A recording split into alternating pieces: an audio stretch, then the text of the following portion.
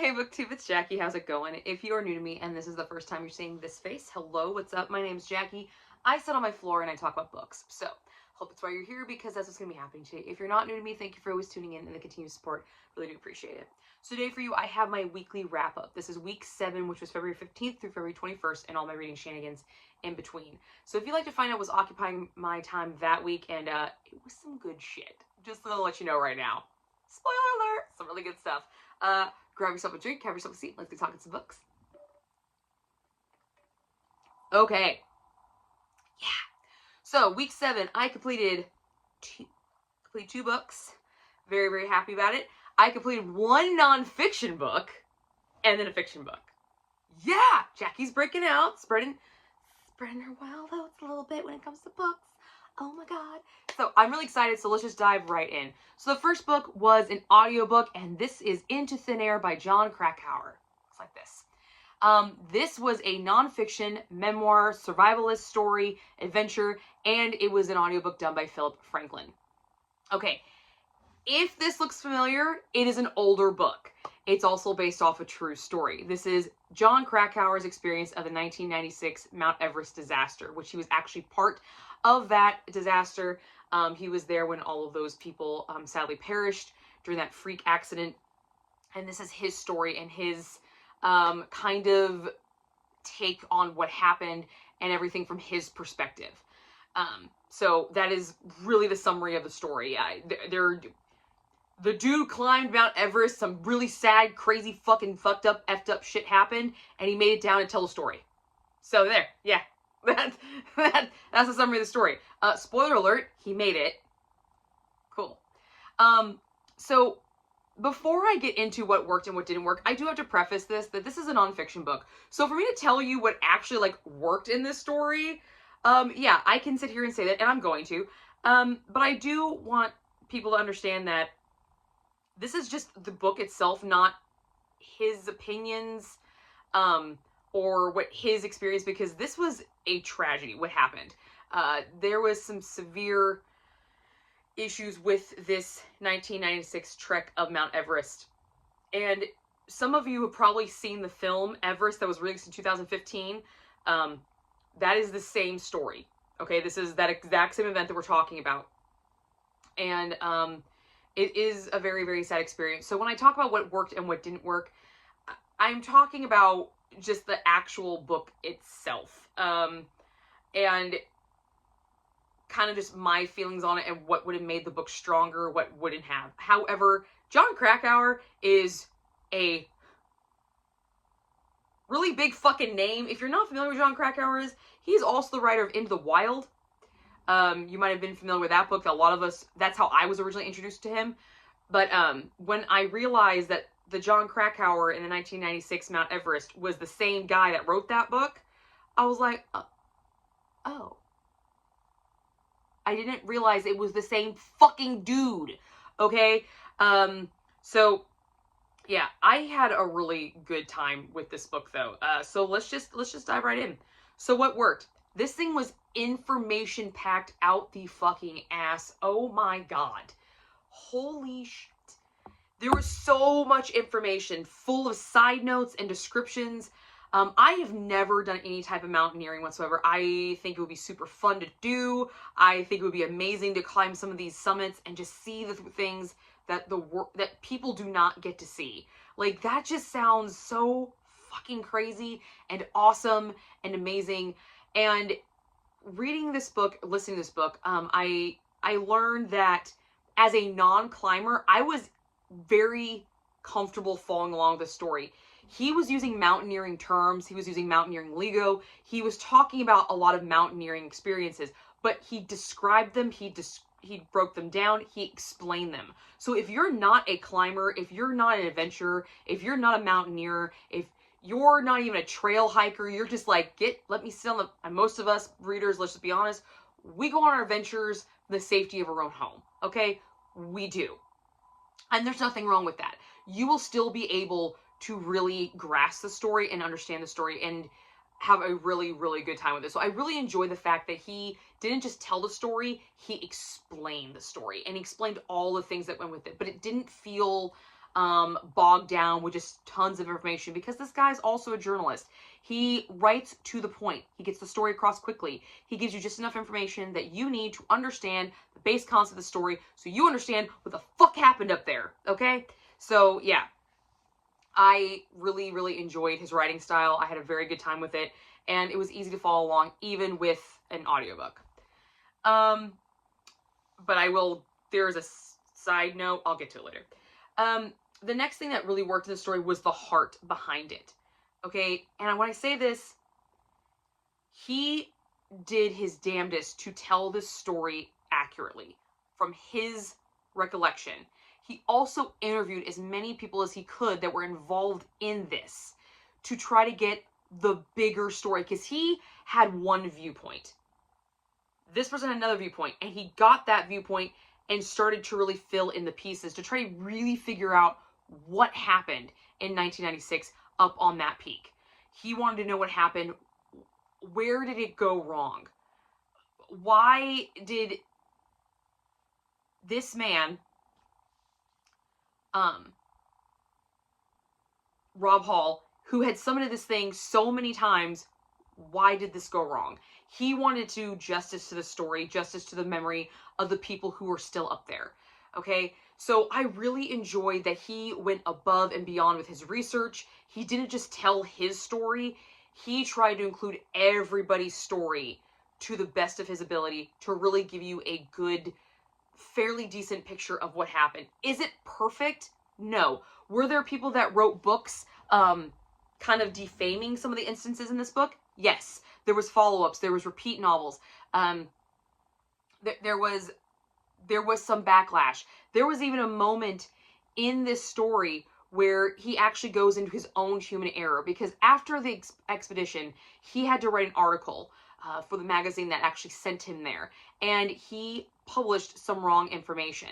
It was the information that he had at the time, but later on, he did learn that it was wrong. So in this book, he corrected it. He acknowledged his own error, he rectified it, and still tried to give you the grand scope of the story, because we are all human. Human error is really the cause of a lot of what's going on in this story, with some other instances that, are nature-based. But I just really enjoyed the fact that he poured his heart and his soul. He talked about his own family life in the story as well, and to know that what was going on at home while he was gone, like, his marriage almost failed. Like, I'm not even kidding. He almost got a divorce prior to this because of his mountaineering, because of this drive, this passion, this need to be at the top and see things that people just don't see, that some people aren't designed to see. I mean, the average human is not designed to function at the cruising altitude of a 747, okay? It's just not, all right? It's not.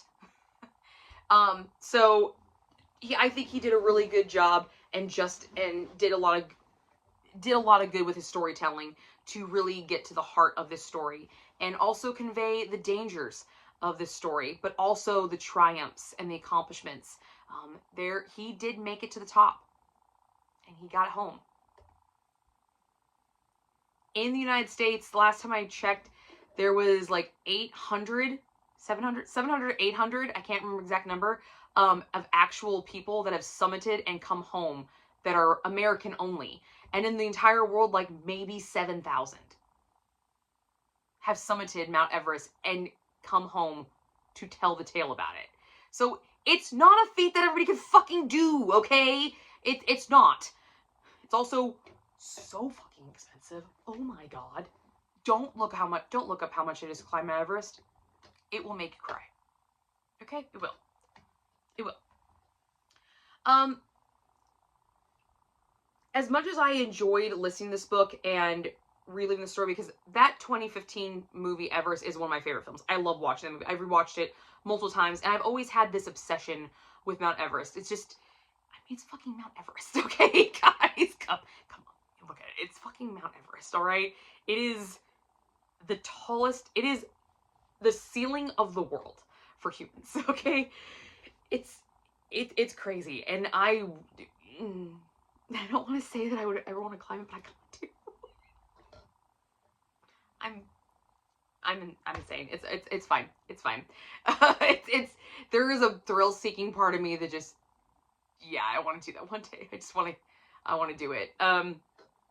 However, maybe if I ever decide, probably not reading a bunch of books about Mount Everest and the horror stories of it is a good idea, especially this one, because this is one of the things that didn't work in the book. Is John Krakauer, for as much positive as he talked about in the book and accomplishments he did talk about, there was a lot of negativity to climbing Mount Everest. I mean, there is, don't get me wrong, there is a ton of negative things. You could die. Like, you're not guaranteed. It is not a guaranteed trip that you're going to make it to the top and back. It's not guaranteed you're going to even make it to base camp, to Camp 1, Camp 2, Camp 3, Camp 4. It's not fucking guaranteed that you're going to make it past the freaking ice bridge. All right? It's just not. There's no guarantees on Mount Everest except the guarantee there's no guarantees for you. The mountain will always guarantee itself what it needs, but it's not going to guarantee you shit. So, and he made that very clear in this book. He made it very clear. And if you ever thought about climbing Mount Everest, and you're not clinically insane, I probably wouldn't read this book because it will make you think twice about it. It definitely has a very, not a blatant negative tone, but there is there's this very warning-esque tone for sure, drenched in everything. The narrator definitely conveyed that this is not for the weak of heart. So it's not just, I want to go climb Mount Everest one day. No, it doesn't fucking work like that. Okay, it doesn't. So, that was a little nerve-wracking, but then again, this is about the 1996 ascent to Mount Everest and that disaster. So there is going to be some overarching negativity tones because that was one of the most devastating disasters on Mount Everest to date. So since people have been summiting it, I understood it, but it was a little disheartening sometimes because I'm one of those people that's just like, man, that'd be so cool to fucking do. Also, it'd be cool to run a marathon. More likely to run a marathon than climb an Everest. But then again, I don't fucking run, so who knows? Who knows? Anyway, the other thing that didn't quite work with this book, and as much as I enjoyed how much information it got packed into about mountaineering, explanation of things, explaining climbing techniques, and, you know, descriptions of, like, the Kumba Icefall, the summit, the dead zone, all the Hillary Step, all these really detailed descriptions of these aspects of the mountain and what you have to do as a mountaineer to pass said aspect, and all the equipment and just all of that. There was one thing that did not bode well for the audiobook, is that there's a lot of fucking numbers in this. 18,000, 17,000, 12,000 feet, 8,000 kilometers, you know, above sea level. Like, there's a lot of fucking numbers he was rattling off, and if you're not familiar with that, it gets kind of daunting after a while, because it's just like, oh, more numbers. Now, you know that they're, as he's telling the story, they're progressing up the mountain, okay? So it's going in the progression ways like this. However, the numbers don't really mean anything because he gave you no visual comparison to what it is. I happen to have a big picture of Mount Everest at my desk. There is a gentleman who actually is from Nepal that brought me this picture because he knew I was kind of obsessed with Mount Everest, and he gave this picture to me, and it has all of the measurements as you progress up progress up Mount Everest, and so I kind of follow along with that. So I knew where they were along the mountain, but I had a visual representation. Without that visual representation, because I didn't have that in the beginning when I started this book, it was given to me while I was reading this book. It was a little daunting. I was constantly like looking up, like, okay, where are they on the mountain? Where are we? Okay, here. Oh, okay, you're right here. And, you know, I tried to visualize it. It was very hard for me. That might just be a me thing, though. But I did find that all the numbers were kind of they didn't bode well for the audiobook. But physically reading, definitely.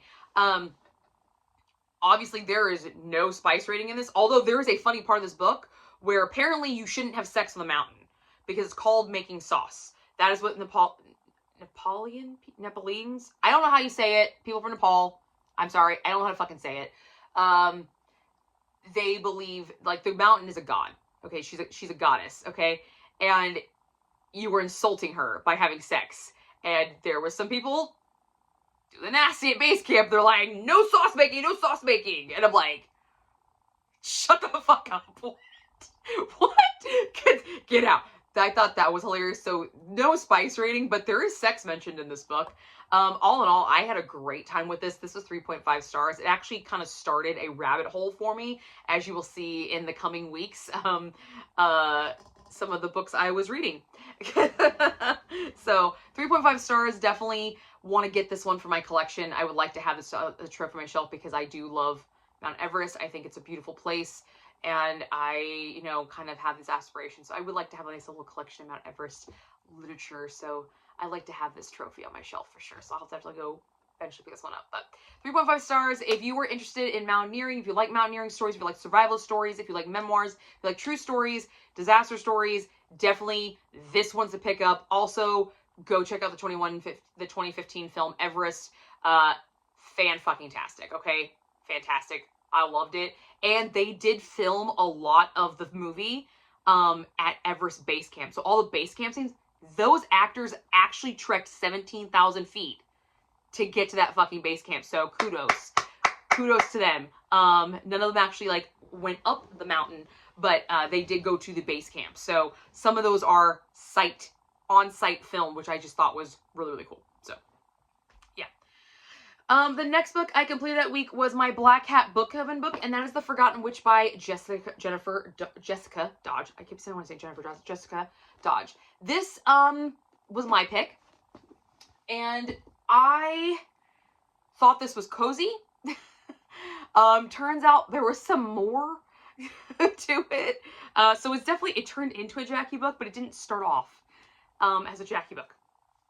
So we do have a little cozy feel to it. We have soulmates, reincarnation, we show some witchcraft practices, and we feature time jumps. There are some not time travel, time jumps. So in this story, we follow Helen, and on a whim, she sinks her entire life savings on a rundown cottage in Scotland that she sees at like 2 a.m. online for sale. Because what else do you do when you can't sleep? You go online and you peruse houses in foreign countries, and then you buy them. That's what she did, okay? And once the buyer's remorse had set in, she tries to get out, but the contract is sold as is. There's no getting out, and sales are final. So she finds a way to Scotland, and she has to fix up the cottage and put it back on the market. That's the only way she can get rid of it. So that's what she does. She takes some time off of work, and she goes to Scotland to fix up this cottage. However, once in Scotland, the cottage things... there's things that start to happen in the cottage, and it leads Helen into a history that is much more personal and much closer to home than she ever thought she'd experience. And that's where our story kind of really kicks off. So what worked? The historical tie-ins, the time jumps, seamless transition, and explained reasons. Okay? I group all these together because they all worked with these historical tie-ins. So throughout this story, we are reading multiple perspectives at different time frames. These time jumps are smooth. For one, they are not jarring. They are not in your face. They're not like, what the fuck am I reading right now? It is a very smooth transition. It feels like in the movie where it kind of like goes foggy, and then you kind of like see in the time, and then you're in it. That's exactly what it feels like. Very, very fluid. Very, very awesome. The transitions between these times, they all make sense. We're seeing something that's directly affecting what is going on in the present, okay? It's not just some random bullshit. It has to do with what's going on right now at this moment. So it makes your memory retention of it a hell of a lot nicer, okay? So much better. And then the explained reasons. All the time jumps are accounted for, okay? All of them. We have reasons for all of them. We have connective moments for all of them back to the present time. So this story jumps back and forth in time so well. I was so happy with it. Oh my god, that was amazing. I love that. That was fantastic for me, because time jumps, although I do like time jumps and I don't mind time travel, they can be done. People can fuck that shit up. Easy. Okay? They can easily fuck it up. So I'm very, very happy that that was not, because they did a really good job with it.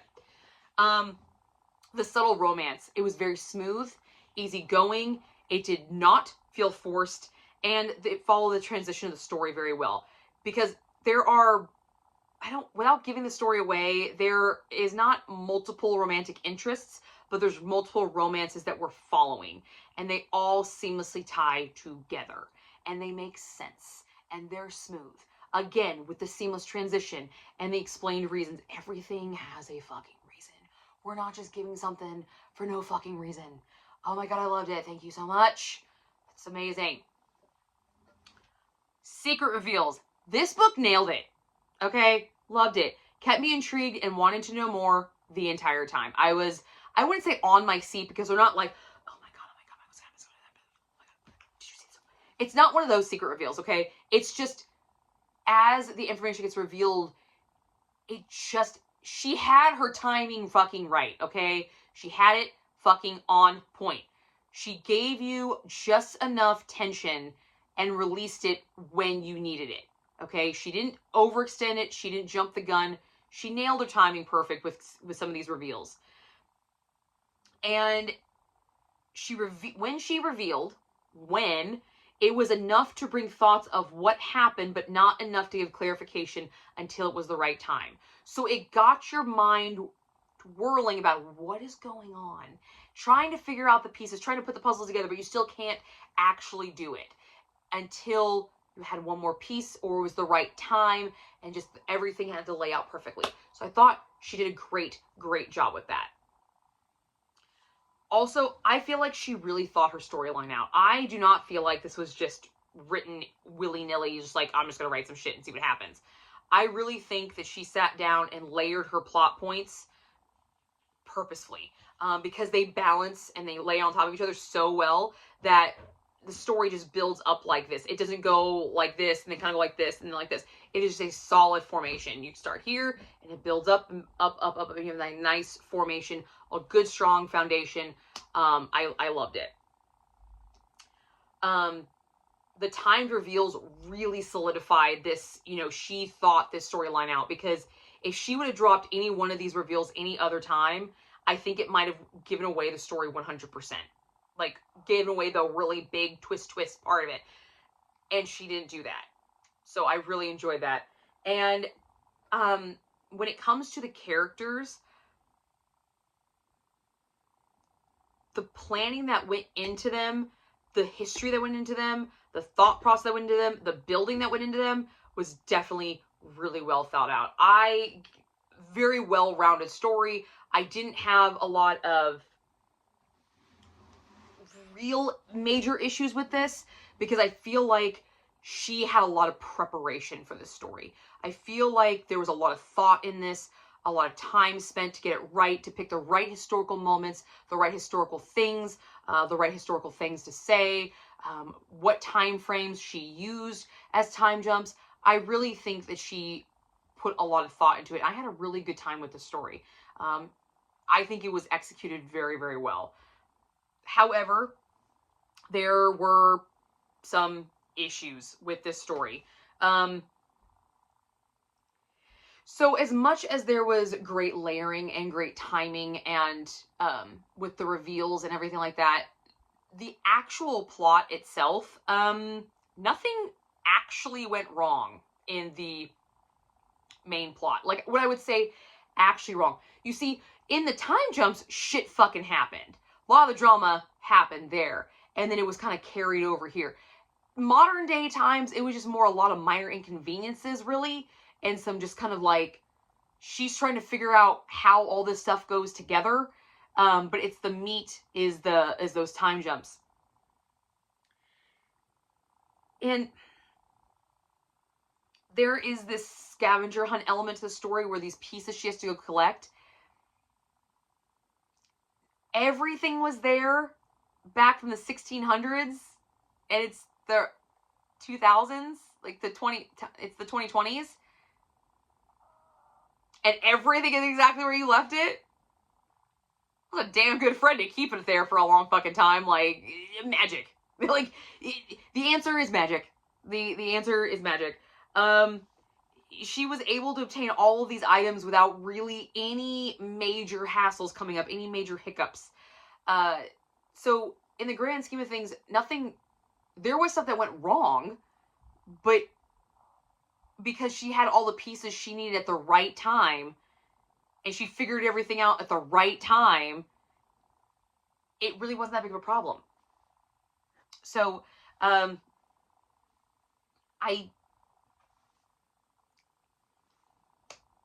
magic and timed coincidences. Like, oh, coincidentally, I happen to look at this painting right at this moment, even though this painting's been hanging on this wall since I got here and I haven't paid any bit of fucking attention to it. But now I'm going to, and then I see something. Oh, that reminds me, I need that. Even though I don't know why I need that. But wait, I already have it because I saw it at the beginning of the book and I decided to randomly grab it, even though I have no past history of randomly grabbing rocks off the road. But this rock I gotta grab. See what I mean? Like it, too easy. Too easy. There wasn't a lot of struggle for Helen to put all the pieces together of these journals that she found that really got to tell all the stories. Without giving away the story, a lot of people in the town knew about her and she didn't. So why didn't anybody just fucking tell her? Like, why did she have to figure it out herself? Why don't you just fucking tell her? You all know. You all fucking know. Just waiting for her to figure it out. Like, nowhere did it say there was a part of the spell that she had to do. Nope. Okay. And there was this there's a prologue in this about her parents and how her parents met.